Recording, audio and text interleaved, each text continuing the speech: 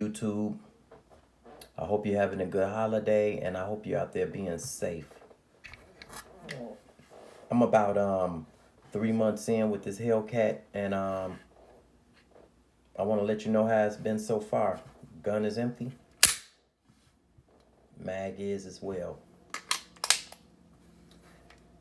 Now, as far as holstering and unholstering this gun, I don't see any really noticeable wear.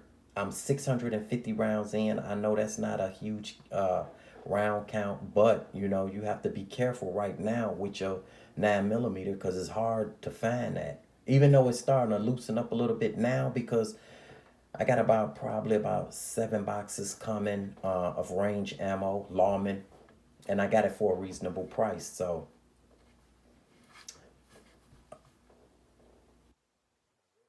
the wear, you can see a little bit on the top of the barrel, maybe on the extractor a little bit. But other than that, and I dropped this gun. Other than that, no scratches or anything. Still look nice.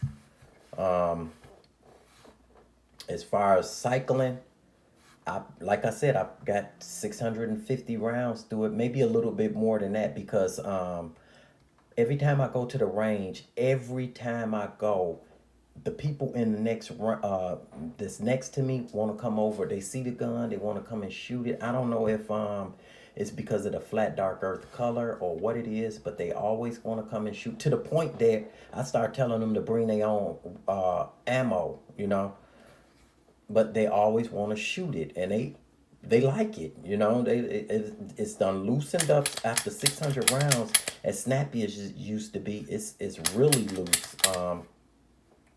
Not as loose as my M&P Shield. I just bought this the other day because I completely screwed my other one up. I messed that up.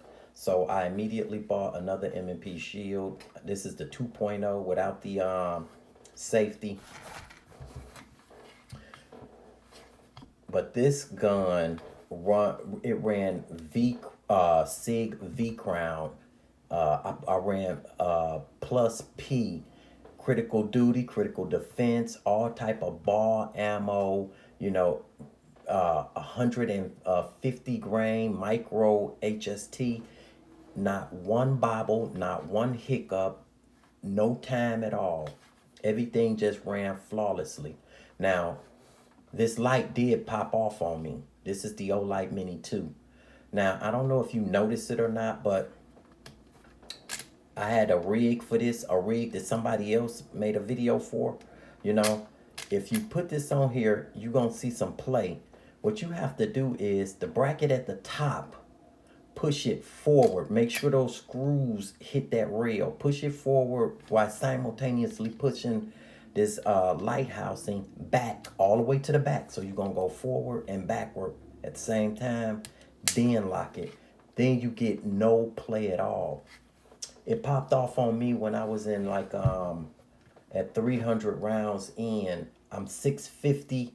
It haven't done it again. But if it do pop off again, I'm gonna leave it off and save this for another gun that I'm interested in, and buy a light specifically for this Hellcat.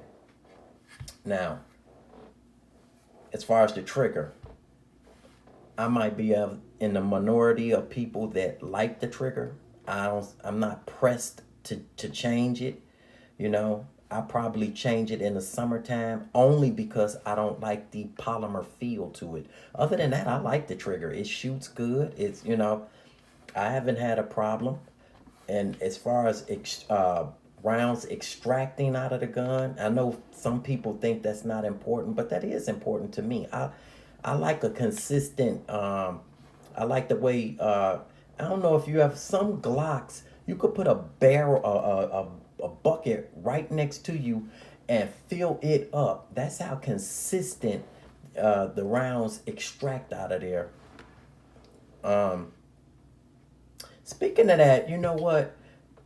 Not this range time, but a couple before, it was a couple in there. This woman was shooting this guy. What did he tell me that was called? I think he said a Steyr or Steyr, one of the two. Okay, so she was shooting his Steyr, and I shot it too. The ejection patterns was all over the place. I didn't like that. I don't remember. I don't know which model it was, but they was all over the place. I shot his Steyr because he wanted to shoot this Hellcat.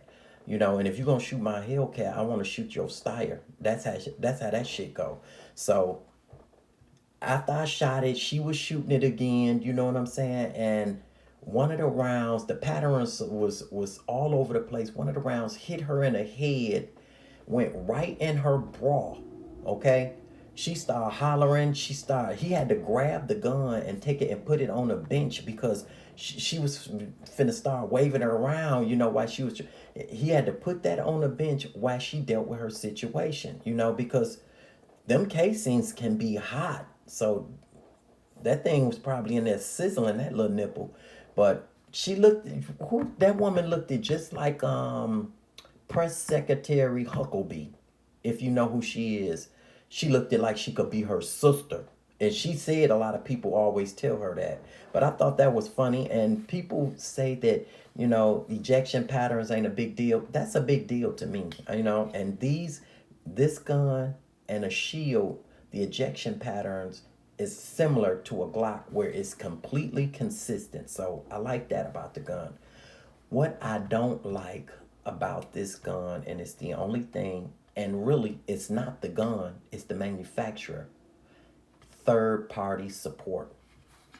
If you own an XD, which I do, and people also know it, it's hard to find things for this gun. It's hard. It's not like finding something for a HK, a Glock, or M&P. You can just think about what you want and go online and find it.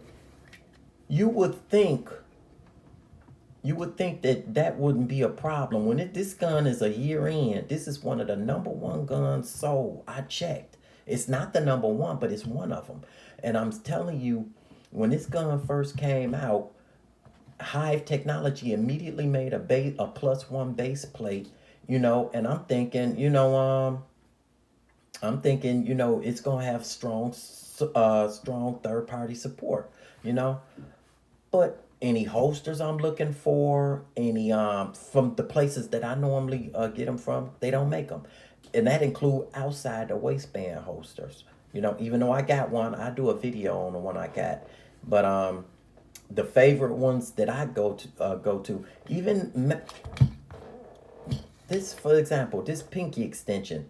To me, this feels cheap and tacky. I know I said that I was gonna take this off, but I actually kept it on because I open carry with this on. I open carry with this mag with this pinky extension, and the two 14 rounders I keep on me. I do all three of my guns like that, open carry with the pinky extension. This feels cheap and tacky. First of all, I don't know why they'll send you a flat dark earth handgun with a black pinky extension, and on top of it, they don't even sell the flat dark earth color. I went to their website, as of today. I don't know about tomorrow, but I tried to buy a aluminum pinky extension from one of my go-to places. Nothing. I just bought one for my 2.0. So that's a problem for me, because you can buy 50 round drums for an M&P shield, 30 round drums for an M&P shield, Glock 43, 43X, even the Taurus G3C.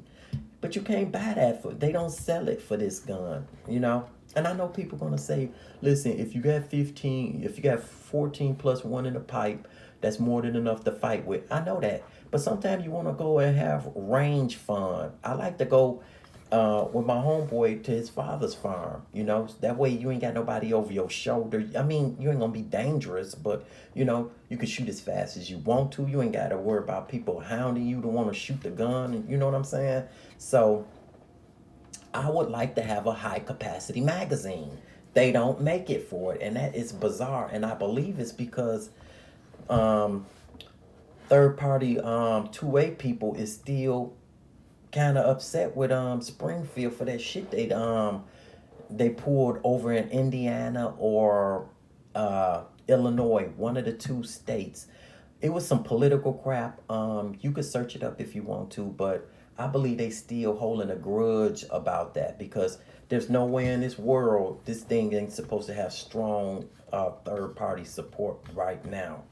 So that's one of the things I don't like. I was hoping that wasn't going to be the case, owning an XD, knowing how frustrating it was to want something and couldn't get it. Okay, so with that said, I normally carry a a 40 in the wintertime. I've been carrying this, but I don't want to mess it up. I already dropped it once and it looks so nice to me. I don't, I want to carry it in the summer and the spring. I know it sounds stupid, but that's how I feel.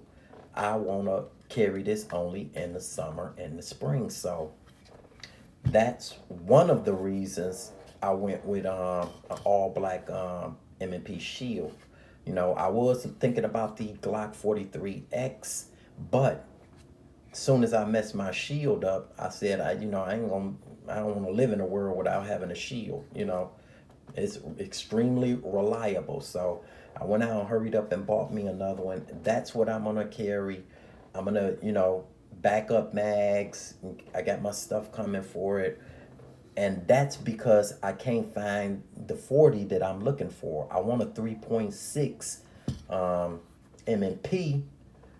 I narrowed it down to a 3.6 M&P or the Glock 23 Gen 5, the one with the front slide serrations.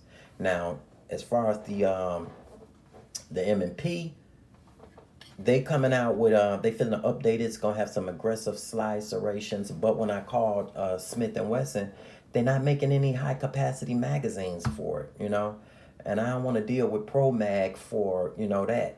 So I'm leaning more toward the Glock 23. But in the meantime, I'm going to carry the M&P Shield in the winter. So that's the update for this gun. I really love it. I was going to buy it in all black with the optics version before I bought the Shield, until I screwed up the Shield. Otherwise, I would have bought that and carried the black version of this gun through the winter because it's a black gun. I ain't gonna, you know what I'm saying? How much damage is it gonna do? This one is flat dark earth. So there's the update for that. I'll do a video on that Shield. I will do a video on the open carry holster that I bought for this gun too, because I really like it now. Okay, so have a great holiday. Peace.